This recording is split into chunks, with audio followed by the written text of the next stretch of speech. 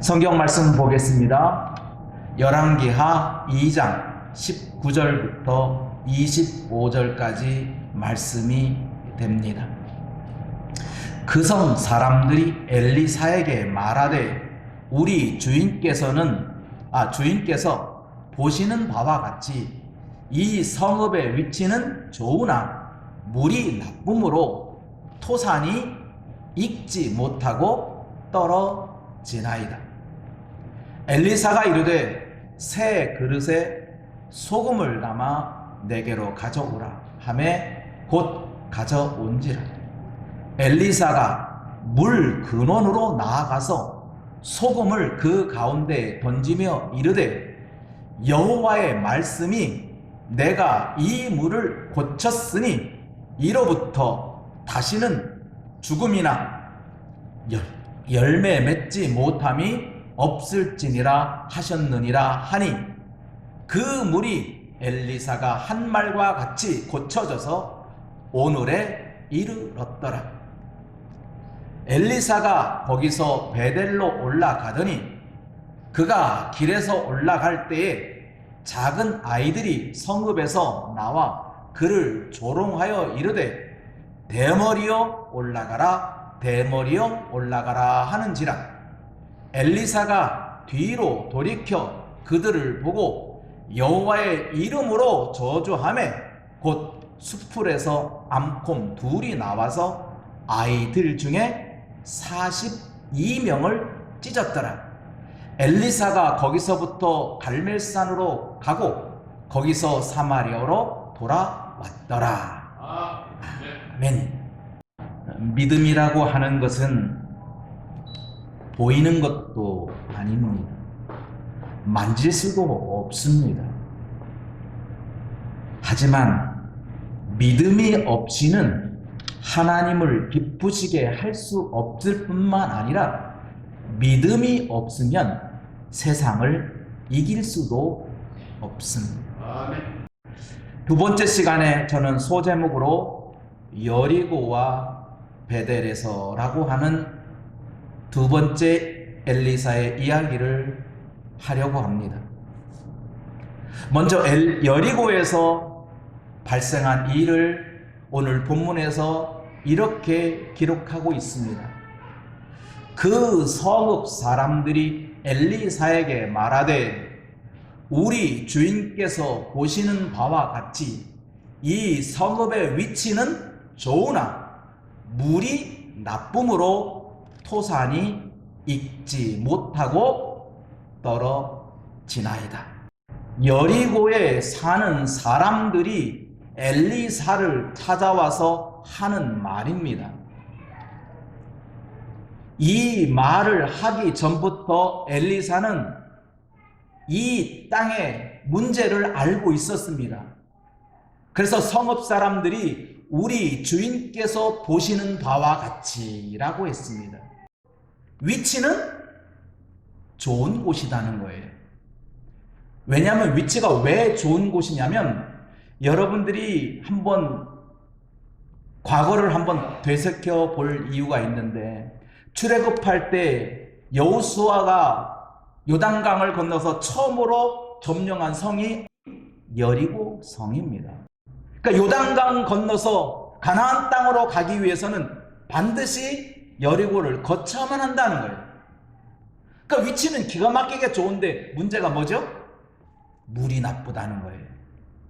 물이 없다는 게 아닙니다. 물이 문제가 생겼어요. 엘리사가 새로운 그릇에 소금을 담아서 가져오라 합니다. 그 사람들이 새 그릇에 소금을 담아서 가져옵니다. 21절 같이 읽어볼까요? 엘리사가 물 근원으로 나아가서 소금을 그 가운데에 던지며 이르되 여호와의 말씀이 내가 이 물을 고쳤으니 이로부터 다시는 죽음이나 열매 맺지 못함이 없을지니라 하셨느니라 하니 그 물이 엘리사가 말한 것과 같이 고쳐져서 오늘에 이르렀더라 그랬어요. 오늘에 이르렀다고 했으니까 오늘날 이 샘의 상태를 한번 잠시 시청 가겠습니다.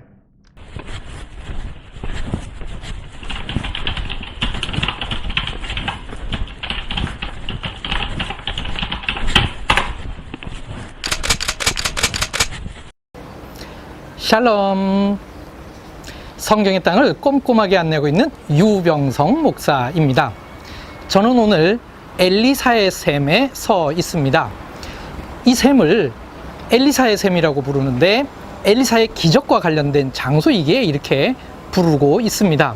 엘리사가 물 근원으로 가기 전에 요구한 게 있습니다. 소금과 함께 새 그릇을 가져오라고 했습니다. 여기서 엘리사가 요청한 그릇은 그냥 그릇이 아니라 좀 특이한 것이었습니다. 성경에 단 한 번 사용된 단어인데 히브리어로 찔로히트입니다. 직역하자면 작은 접시라고 할 수 있습니다. 엘리사는 새 접시 위에 소금을 담아 들고 물 근원으로 가서 물에 소금을 넣으니 물이 고쳐졌습니다. 엘리사의 샘이라는 명칭이 나오는 가장 오래된 기록은 333년에서 334년 사이의 어떤 순례자가 남긴 글입니다. 이 순례자가 남긴 순례기를 이티네라리움 부르디칼렌세라고 하는데 일명 보르도 순례기라고 합니다. 이 순례기가 현존하는 기독교 순례기의 가장 오래된 것입니다. 이 순례기에 엘리사의 샘에 대한 설명이 나옵니다. 예루살렘으로부터 여리고는 30km 떨어져 있다. 산지를 지나고 난 후 오른쪽에 무덤이 있고 그 뒤에 삭개오가 예수님을 보기 위해 올라갔던 시크모 나무가 있다. 도시에서 2.5km 정도 가면 선지자 엘리사의 샘이 있다. 예전에는 이 물을 마시는 여자는 아이를 갖지 못했는데 엘리사가 그릇에 소금을 담아 가지고 와서 샘 곁에서 하나님께서 말씀하시길 물들아 치료될지어다 라고 외치니 물이 치료되었다. 이후 이 물을 마시는 여인은 자녀를 갖게 되었다.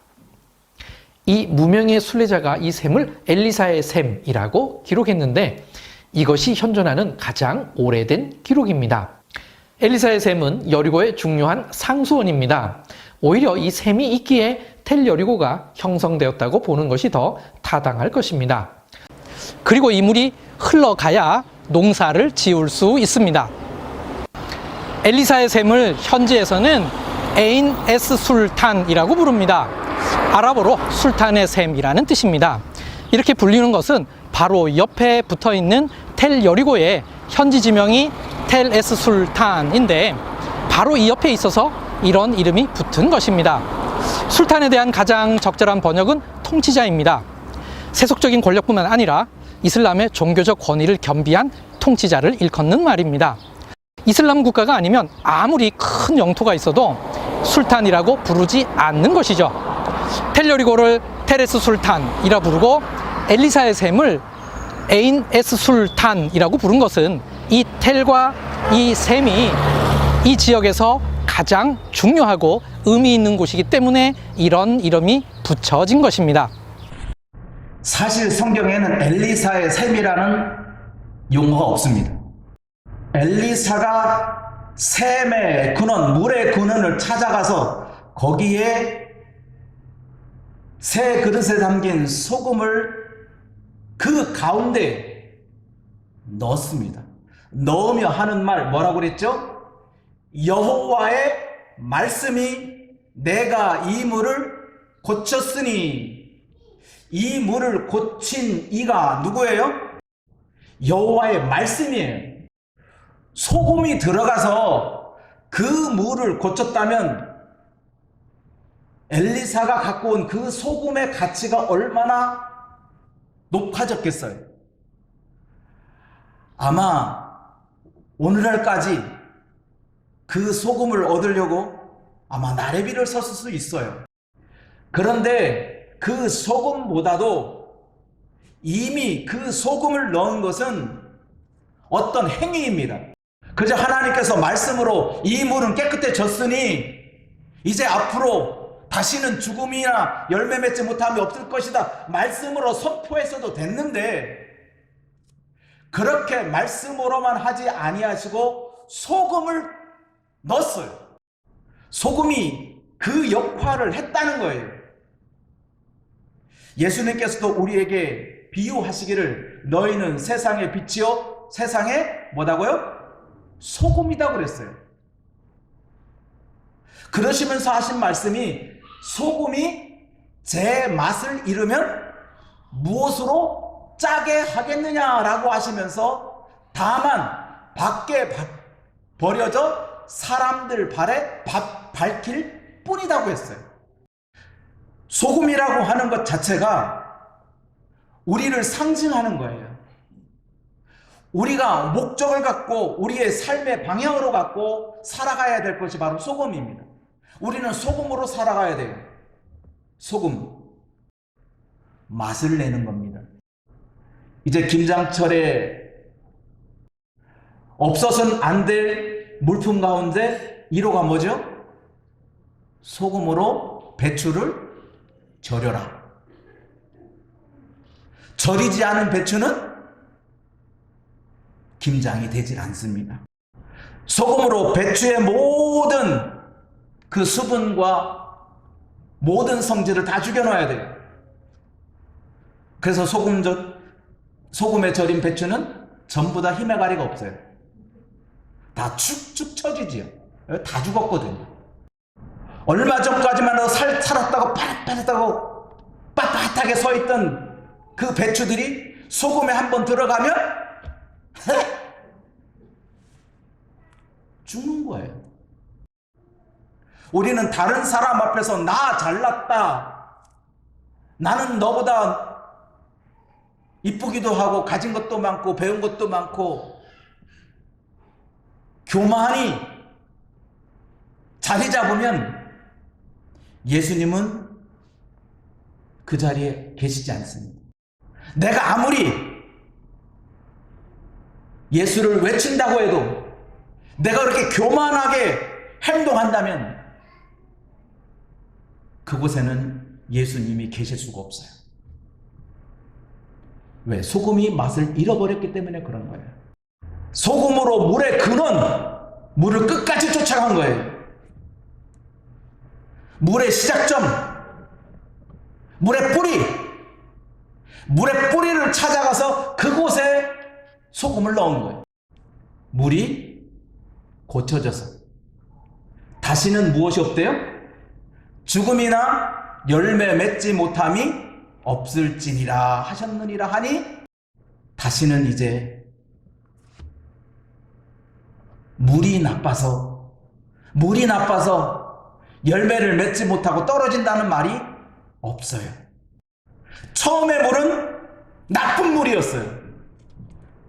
근데 그 물에 소금이 들어가니 그 소금이 그 물의 맛을 변화시켰어요. 바꿔놓은 거예요. 그래서 그 물이 여리고에 있는 모든 생명수가 되어서 사람도 마시고 동물도 마시고 농사들 짓는 물이 되어버렸어요. 결국 이 물이 여리고를 번창하게 만들었어요.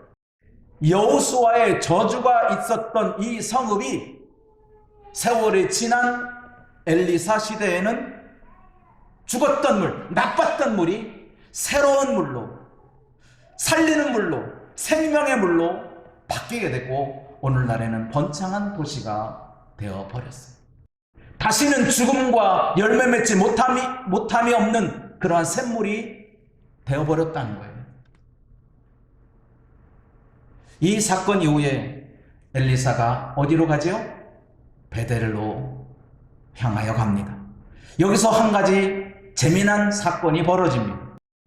근데 베델 성에 다다랐을 때 무슨 일이 벌어졌냐 하니까 그 성에서 작은 아이들이 나와요. 그리고 엘리야를 보면서 뭐 했다고 그랬어요? 조롱했어요. 네가 엘리사냐? 그 엘리사를 조롱한 거예요. 그러니까 선지자 취급을 하지 않는 거예요. 밥 깔다가 선지자 된 거예요.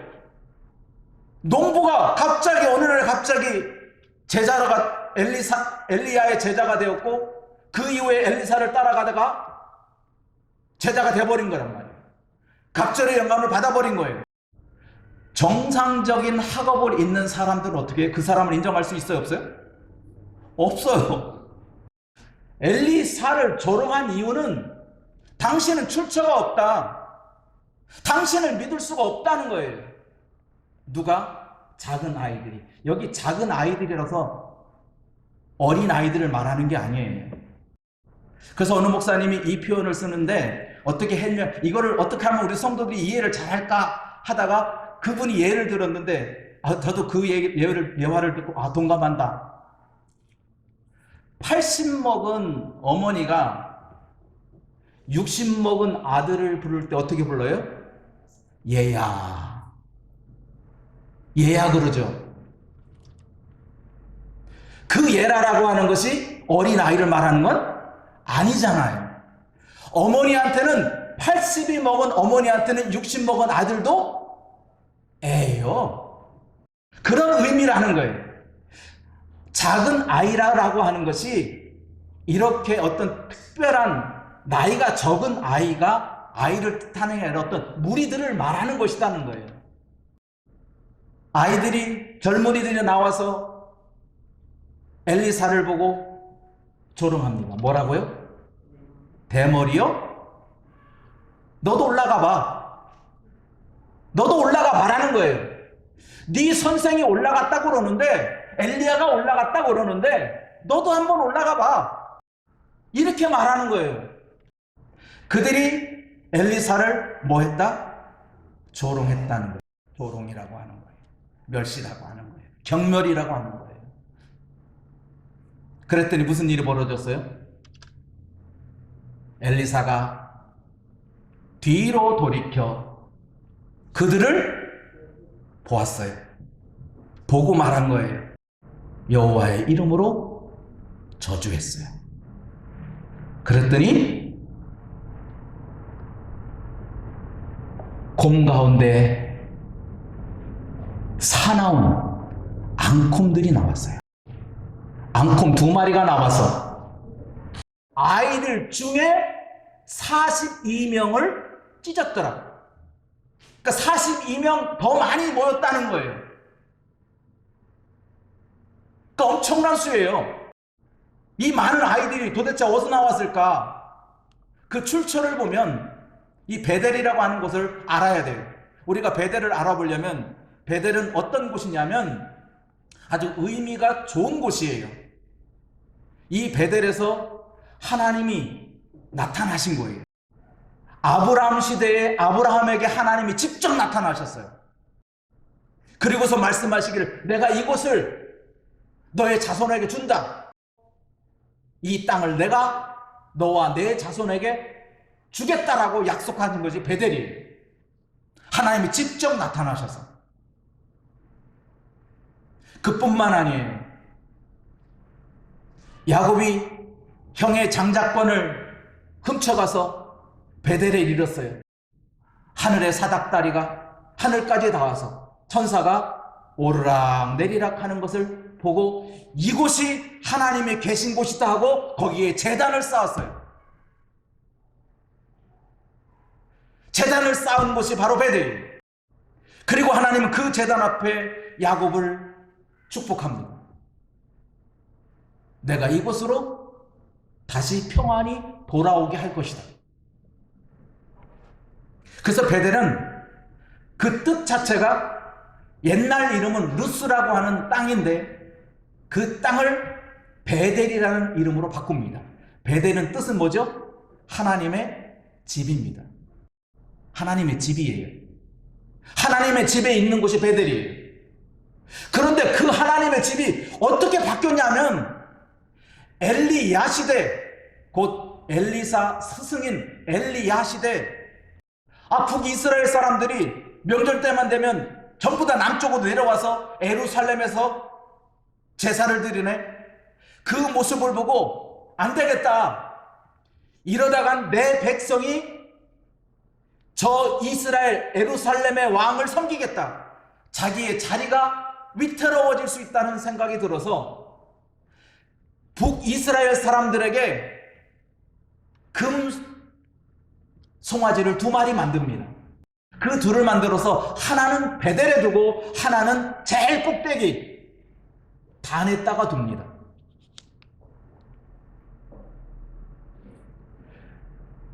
그리고 그 금송아지를 가리켜서 보라, 너희를 애굽에서 인도한 신이 바로 이 금송아지다. 백성들로 하여금 예루살렘에서 내려가서 제사하지 말고 여기서 제사하거라 하고 금 신상들을 만들어서 단과 베델에 둡니다. 그리고 거기에 제사장들을 세우는데 보통 사람들 가운데 제사장을 뽑아서 너희가 지금 오늘부터 베델에서 또는 단에서 여호와를 위한 제사장이 되거라 하고 일반 백성으로서 제사장을 세워서 제단을 세우게 됐어요. 하나님을 섬기는 제단이 금 송아지를 만들어서 그 송아지를 섬기는 제단으로 바뀐 것이 바로 베델이에요. 그러니 그 베델에 있는 하나님의 사람들이 엘리사를 바라보고 저건 근원도 없고 배우지도 못한 사람이 어떻게 선지자냐 하고 떼거지로 나온 거예요. 그래서 조롱한 거예요. 거기에 하나님의 제단이 허물어지고 우상을 섬기는 제단이 됐다면 굳이 안 가도 되는데 왜 거기를 굳이 갔느냐? 왜냐하면 하나님의 사람들은 하나님이 지정한 곳에는 어디든 가야 돼요. 그러니 베델에서 멸시를 당할지라도 하나님이 가라고 하는 그곳에는 간단 말이에요.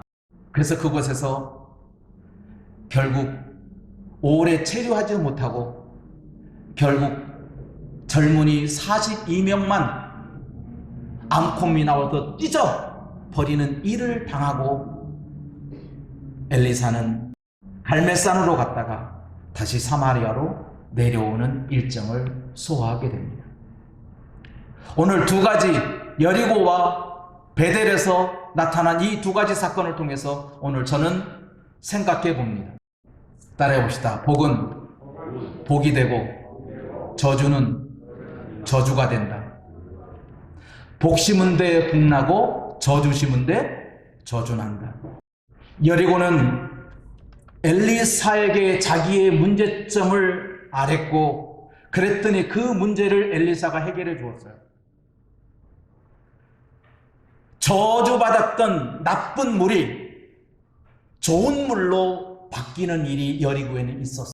그런데 베델에서는 하나님의 현전, 하나님의 집이 우상을 섬기는 제단이 되어버렸고 그 우상을 섬기는 사람들이 하나님의 사람 엘리사를 저주하니 조롱하니 그들이 결국 저주를 당하게 되는 겁니다. 그러므로 우리는 모든 사람에 대해서 복을 비는 사람으로 살아야 됩니다. 오늘부터 여러분도 나는 이제 복 빌어주는 사람 되겠다. 시작. 옆에 사람을 축복합시다. 기도하겠습니다.